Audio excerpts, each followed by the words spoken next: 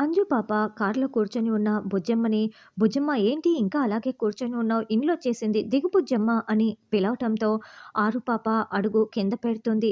"అదేంటి చెంబా, ఈ పిల్ల ఇక్కడ అడుగు పెట్టగానే ఆకాశంలో ఈ ఉరుములు, మెరుపులు ఏంటి? ఈ ప్రకృతి గర్జన ఏంటి?" అని మనోహరి చాలా షాకింగ్‌గా చూస్తూ ఉంటే, ఆరు పాప లాన్ వైపు చూస్తూ గత జ్ఞాపకాలన్నీ గుర్తుకు వస్తున్నట్లుగా మనకి చూపిస్తూ ఉంటారు.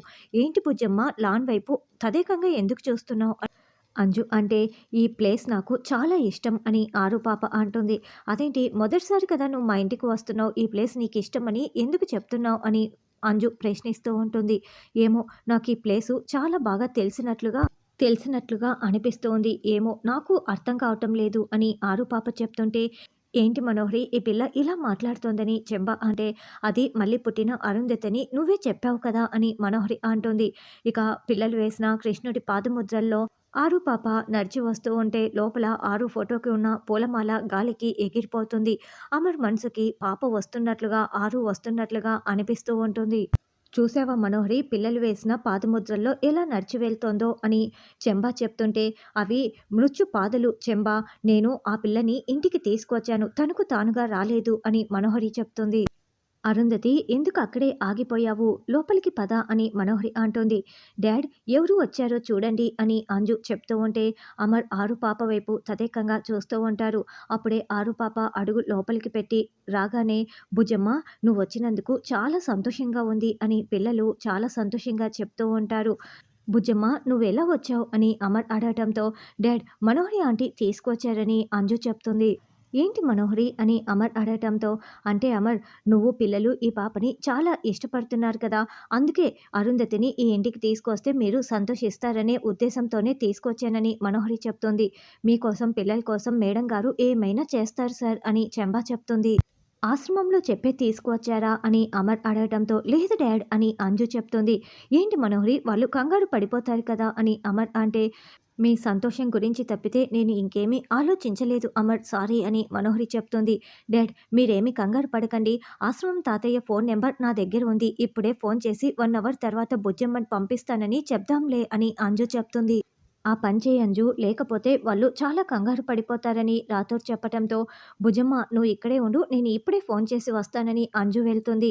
"చూడు నువ్వు అప్పుడప్పుడు ఇలా మా ఇంటికి వస్తూ ఉండాలి. నిన్ను చూస్తుంటే మా చెల్లిని చూసినట్లే ఉంది" అని ముగ్గురు పిల్లలు చెప్తూ ఉంటే, ఇక ఆ పాప ఆ ఇంటిని తదేకంగా చూసుకుంటూ గత జన్మ జ్ఞాపకాలు గుర్తు చేసుకుంటున్నట్లుగా మనకి చూపిస్తూ ఉంటారు. బాగి బట్టల్ని మడతపెడుతూ, "స్కూల్ టైమ్ అయిపోయింది కదా! బుజ్జమ్మ ఇంకా రాలేదేంటి?" అని అనుకుంటూ కంగారు పడుతూ ఉంటే అప్పుడే రాజుగారు వస్తారు. "బాబాయ్ గారు మీరొక్కరే వచ్చారేంటి? బుజ్జమ్మెక్కడా?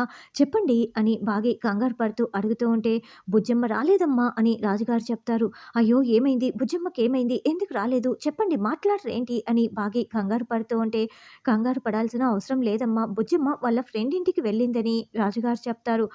"ఫ్రెండ్ ఇంటికా? అలా ఎలా పంపిస్తారు? అసలు మీకు ఏమైనా అర్థమవుతోందా? నేను బుజ్జమ్మ ఎక్కడ బయట పెద్దగా తిరగకూడదన్న విషయం మీకు తెలుసు కదా! అలా ఎలా పంపించేస్తారు? ఎందుకిలా చేశారని" బాగి కంగారు పడుతూ ఉంటుంది. "అమ్మ అంతలా కంగారు పడవలసిన అవసరం లేదు. 1 అవర్‌లో తిరిగి వచ్చేస్తుందిలే.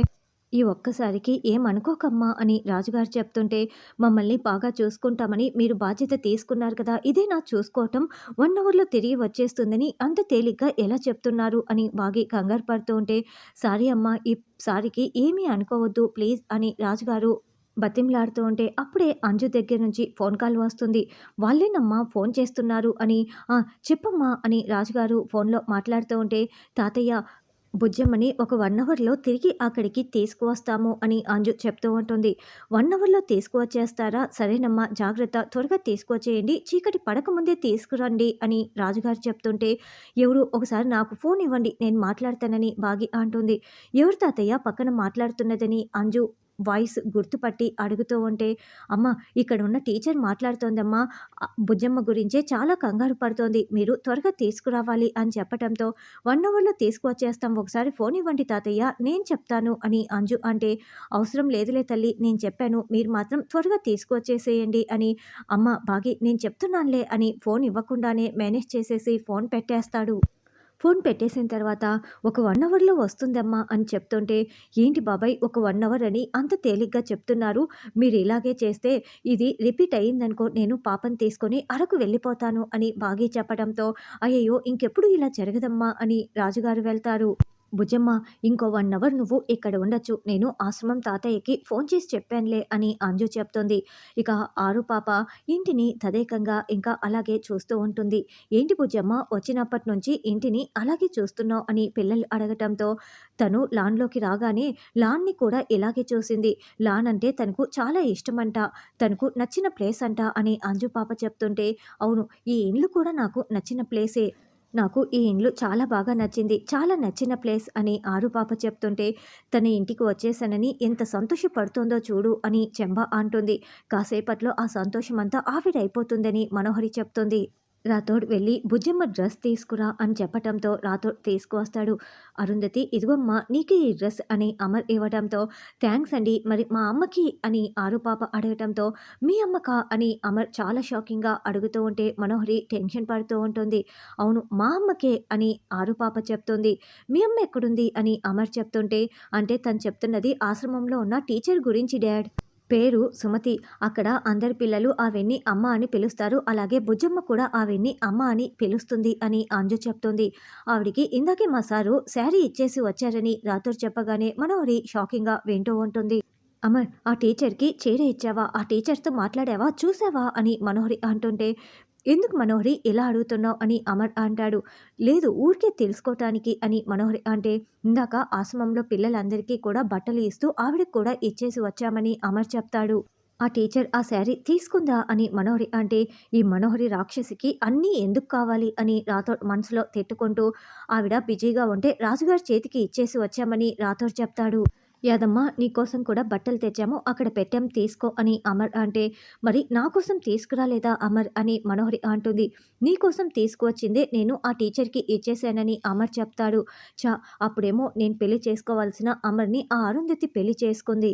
ఇప్పుడు నా కోసం తీసుకొచ్చిన శారీని ఆ బాగికి ఇచ్చేశావు. మళ్ళీ నీ మనసు అడుగులు నా వస్తువులు మొత్తం కూడా ఆ బాగి వైపు వెళ్ళిపోతున్నాయి అని మనోహరి కోపంతో రగిలిపోతూ ఉంటుంది. మనోహరి ఆంటీ ఈ పండక్కి మీకున్న శారీస్‌తో సర్దుకోండి అని అంజు అంటే, ఈ పండక్కి కూడా నీకు పాత చీరే అని చెంబా చెప్తుంది. భుజమ్మ మా ఇండ్లు చూపిస్తాం పదా అని పిల్లలు అంటే, నాకు తెలుసు కదా అంజు అక్క చెప్పింది అని ఆరు పాప చెప్తుంది. అవును మన ఇండ్లు ఎలా ఉంటుందో నేను బుజ్జమ్మకి చెప్పానని అంజు పాప చెప్తుంది. నేరుగా బుజ్జమ్మ ఆరు ఫోటో ముందు నిలబడి తదేకంగా చూస్తూ ఉంటే, ఆ ఫోటోలో ఉన్నది ఎవరో నీకు తెలుసా అని రాథోడ్ అంటాడు. ఆ తెలుసు ఫోటోలో ఉన్నది అరుంధతి అని ఆరు పాప చెప్పగానే అందరూ షాకింగ్గా వింటూ ఉంటారు. అమర్ నేరుగా పాప దగ్గరికి వచ్చి తన పేరు అరుంధతి అని నీకెలా తెలుసు అని ప్రశ్నిస్తూ ఉంటే, నేనే చెప్పాను డాడ్ అని అంజు చెప్తుంది. అవును అంజు అక్క చెప్పింది. ఈవిడ పేరు పెట్టుకున్నందుకే కదా మీరందరూ నాకు దగ్గరయ్యారు అని ఆరు పాప అంటే, అవును ఆవిడ ఈ ఇంటి దేవత అని రాథోడ్ చెప్తాడు. పిల్లలు అరుంధతిని మీ గదికి తీసుకువెళ్ళి ఇల్లంతా కూడా చూపించండి. మనోహరి యాదమ్మ అరుంధతికి స్నాక్స్ చేసి పెట్టండి అని అమర్ చెప్తాడు.